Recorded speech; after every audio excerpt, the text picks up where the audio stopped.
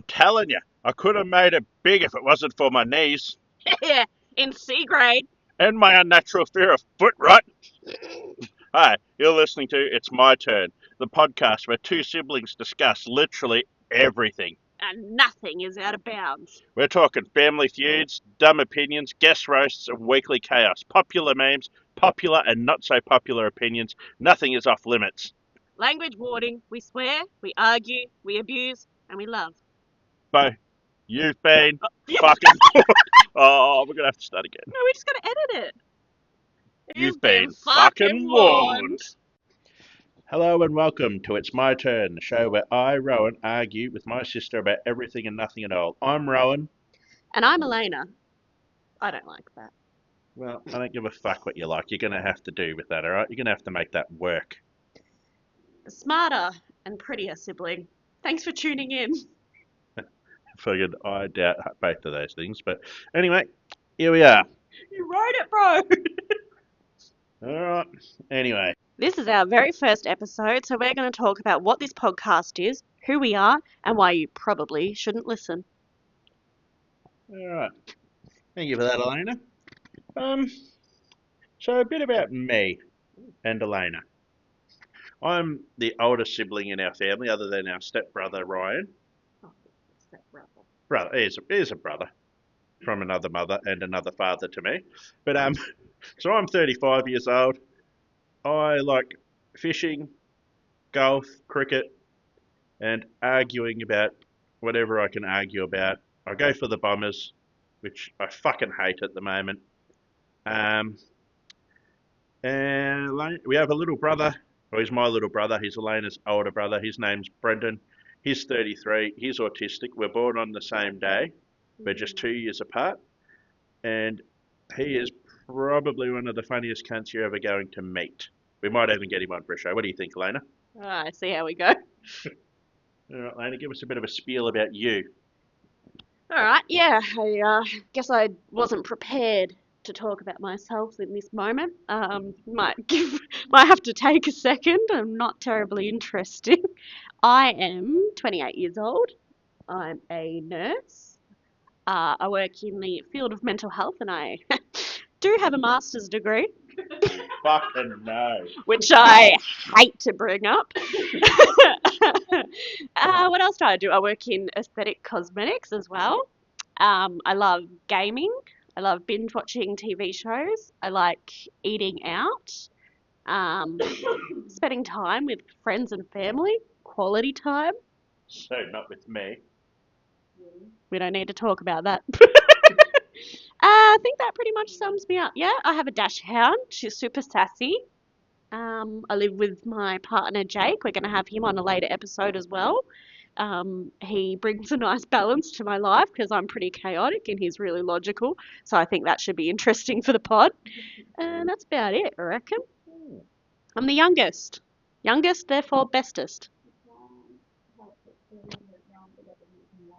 Well, the voice you can hear in the background is my wife. I have been married for a year.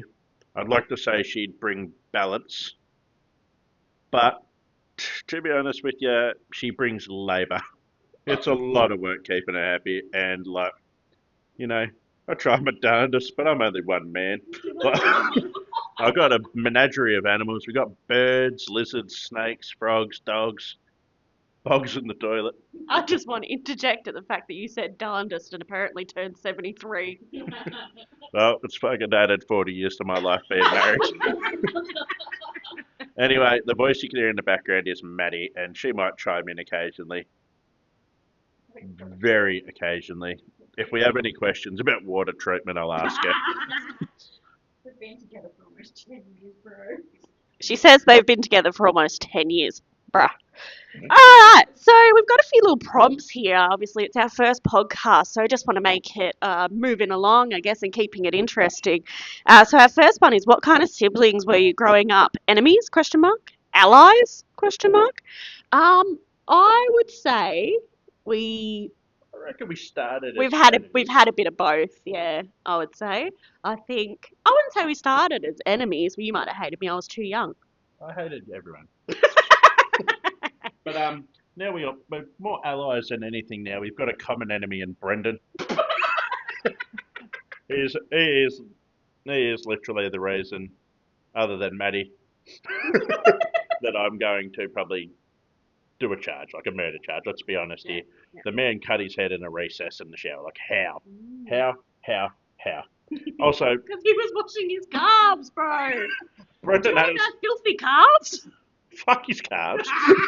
They are immaculate, though, I must Also, say. I'd like to bring up a story from when we were younger. Elena might not remember it. She's definitely been told it Yeah. since when they were younger. Brendan actually led Elena out onto the road when they were playing on the front yard, and Mum still describes the moment as Harrowing? harrowing. Yeah, harrowing.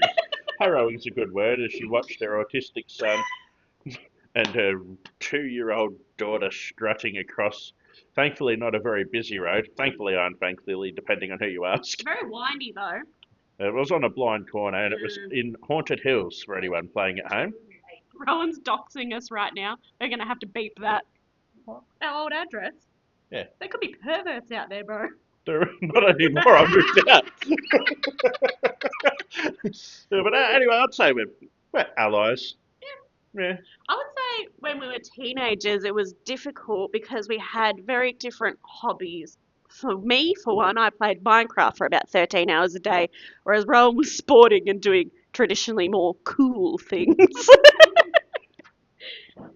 Now I only play Minecraft a couple hours a day. That fucking employment gets you every time. So What's what's the our next next prop? prompt? Oh god. I was going to say, what about the time we put her at Dale's feet when she was growing? Brendan also placed Elena behind Mum when she was an infant, behind her feet on the floor. I still maintain to this day it was a deliberate ploy to get Elena bumped, And then they had to lock me in my bedroom. because every time she cried, Brendan would grab her out and drag her into another room. Yeah. So next one is who really hogged the remote front seat and bathroom, and I really want to focus on the front seat because that's what still hurts me. Take it away, Rowan. Well, the funny story of this was I never really intentionally hogged the front seat. I was always placed in the front middle because there was always 6 of us. So we had an old Fairlane, and I always had to sit in the front and middle between my stepdad, Bruce, and my mum because I couldn't be trusted in the back seat with the other kids because I was a bit of a prick. Which I think was intentional to get the front seat. It's just who I am. I didn't ask to be born this way. It's just what happened. And then I would be stuck in the back with the other boys, and I didn't appreciate that because I deserved the front seat. I was entitled to it. Maybe you should have tried a little bit harder being a prick. Like, I don't know, maybe slap Ryan's Game Boy out of his hand once or twice, you know? It's just not who I am. I don't remember really fighting over the remote or the bathroom. To be honest, we didn't really watch a lot of TV. I spent a lot of time sleeping on the couch, trying to grow. Narcolepsy. You know, I identify as 7'4", although I am roughly 5'9", 5'10" out of a shower. We had two bathrooms, so that certainly saved a few But hours. I'd like to say that Ryan one bathroom was dedicated to Ryan because when he wasn't downstairs, he was in that bathroom 6 hours a day. I didn't want to call him out on the first pod. He hasn't even had a chance to speak on us yet. Good, he can't defend himself then. First thing you ever argued about? I'd like to bring this one up. Does everyone here remember those little Tarzo discs that we used to get out of the chip packets? You know, the Dragon Ball Z and all that sort of thing. I had a fluorescent Bulma, which was worth fucking tons of points and had heaps of stars. You remember the ones you flipped to battle? And one day it disappeared. And I just couldn't bring myself. Where the fuck is it? Like, I had a little coffee tin I used to put them all in, and I just couldn't find it. And I remember walking into Elena's room, and she was sitting on her bed. Don't know what she was doing, but I'd like to point out, I'm not really sure why I was the first point of call. Like, why'd you immediately assume that I would steal it? I'd never stolen anything before in my life. I seen that thieving glisten in your eye. And Saw the lust the, for Bulma. the other thing I'd like to bring up was in that room. Like, so I found the disc in Elena's room. She still maintained she didn't put it under the doily, under the oil lamp, which brings me to another subject. You would have been fucking 6. Like, why did you have a doily and an oil lamp? Like, how old? I'm old at heart. And also, I don't remember putting it there. I'm sure you did. It's probably Brendan. Yeah, and it showed up a much later, much later. It wasn't like you asked me about it and then it was there that afternoon. This was weeks later that it showed up under the doily. A doily is not that uncommon for a girl's room back then. We definitely had doilies. Not a fucking hand crocheted white one, you didn't. Yes, we did. Nah. Mine was made by a granny. Yeah, that makes it cool. You disrespectful cunt. I was just trying to defend you. I guess I'll just let you. I was talking to him. Oh, okay. Well, thanks for nothing, Maddie. That was really helpful. Alright, what's the next one? So a moment that still causes childhood moment, sorry, that still causes fights, and I want to talk about the mung bean story. Oh, take her away. Take her away. Here we go. Does anyone else remember, cast your mind back to when you were younger? Did you have a project in school where you were required to grow mung beans? Relatively straightforward for most families, I would imagine. You take the mung bean seeds home, you put it in a bit of soil, they grow, they flourish, you take them back to school, you get an A+. No worries, right? The issue that I was running into is that my mung beans kept getting eaten straight off the plant by Rowan. So I, being the young entrepreneur that I am, thought, well, I've got to find a way around this. I'll hide them behind the toilet, and no one will eat them from there. One, because they won't be able to find them, and if he does find them, he's not going to eat mung beans from behind a toilet. But I was wrong. The mung beans continued to disappear. I'd like to give a Rowan's eye verdict of when I found those mung beans. So I walked into the toilet, dropped me strides, and like I heard something jingle. I think my keys must have fallen out of my pocket or something. Could you even drive And no, they were just keys. I used to carry house keys, and even though we never locked the door. But so I've looked down, and then something caught my glimpse. Something caught my gaze. It was the mung beans just sitting there, unguarded, behind the toilet. And I thought to myself, is this December? Because this is a Christmas gift. And I thought, Elena would be really disappointed if I ate these mung beans. So I ate them anyway. Yep. And I was literally the dog that ate my sister's homework. Yeah. Imagine trying to explain that at school. But I want to bring another thing to you guys, and I think we'll probably have a comment section. I think you can, write below. Snacking on the toilet. Yes or no? Surprisingly controversial. So recently I had Maddie and Rowan join us at our house for a lovely dinner. Really good. Had a great night. Maddie goes to shit in the bathroom. With the squatty potty. With the squatty potty. Yes, shout out squatty potty. Can't go without him. Really makes going to work quite painful. But she comes out and she says, who's been snacking on the toilet? And everyone's a bit like, what are you talking about? So there's the mandarin peel in the bin next to the toilet. That was me. I was having a mandarin. It's called min-maxing. You make the best of your time. You eat while you work. And I want to point out that I wasn't wiping and eating. I ate in full and then wiped. And I'm just not sure that I see the problem with this. But Maddie and Rowan were a little bit outraged. What would you call it, Rowan? I'd say I felt a sense of moral injustice, really. I mean, I didn't technically eat those mung beans off the toilet. I ate them off the floor. I've got standards. But, I also was only 29. No. But, it's just not right. I understand the minimising and saving time. You're cutting out the middleman. You're not there. I'm a busy person. She is a busy person. She's a nurse. Maddie has an opinion on this. 3 days a week. Fucking break my heart, but still my heart. No, I'm just calling you out. With the mung bean situation, your household quite regularly has a little bit of sneaky piss on the floor. No. Did you think about how much piss those mung beans may have seen and copped?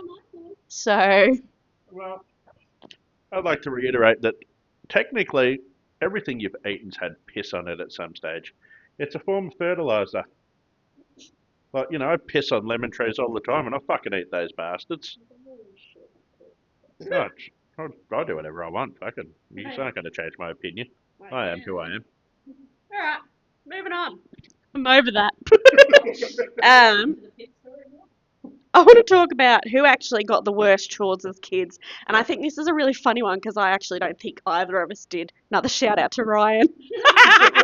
Personally, I feel having to do the bins would be worse. I set the table for dinner and Rowan did the dishwasher. Thoughts, Rowan? Yeah, well, we used to. I used to try and make it fun by timing myself, but the quicker I went, the more dishes and plates I broke because I was trying to beat myself, So and like everyone was just getting angrier and angrier because we had more mismatched plates every time I did the dishwasher. But you know, it is what it is. I've got it down to 28 seconds. Granted, there were days where I only had like one or two cups, and I still counted them. I'd also like to add that it wasn't as simple as just setting the table. When you live in an autistic household, had to have the right things. Brendan didn't want any cutlery. Mum had to have a specific sized fork. I had. Mum, hey, I got faith. Mum and her fucking spoons. Fucking I'm the one with the issue with spoons. yeah, no, fucking. I don't care. Spoons are spoons. Like, Spoons are not spoons. Sign off in the comments, dude. Spoons are not shovel and I spoons. use it. Yeah, okay. But Mum had to have a specific size fork, so you know what? It wasn't as easy going as I made it seem. Table setting wrong now. I'm not a mind reader, Maddie. Oh, fake news. Fake news. Next one. Respectable but optimal time to jump your ops. All right, so I want to bring this one up. Recently, I've been talking to our younger cousin Shayla, and she's brought a word to my attention, and I'm a big fan of it lately. Ops. Oh, like, ops as in opposition. Lane, have you heard this before? Yes, Rowan, I'm young and cool. Well, I hadn't, and it really blew my mind because she was saying, I'm going to go and jump some ops tonight, and I thought that's really fucking cool. Like, but I'm past the age of jumping ops. But my question is, when is the optimal and most respectful time to jump your ops? I personally feel as though about 4 p.m. you've had a chance to get home, they've had a chance to unwind, de-stress for the day, and then bang, you're kicking their door in and you're jumping them. Like you beat the piss out of them 10, 15 minutes, and then, they can settle in, cook dinner, get on with the family, go to work the next day. Like no one's dead. I have the correct answer to this, which is first thing in the morning so that the person doesn't have to go to work. They've got a brilliant excuse to get a day off because they've got to head to the cop station to report you. So the most respectable time to jump an op is therefore first thing in the morning, allowing the person a full 8 hours off with no guilt. Spoken like a true Zoomer. Desperate for a day off. Anything for a day off.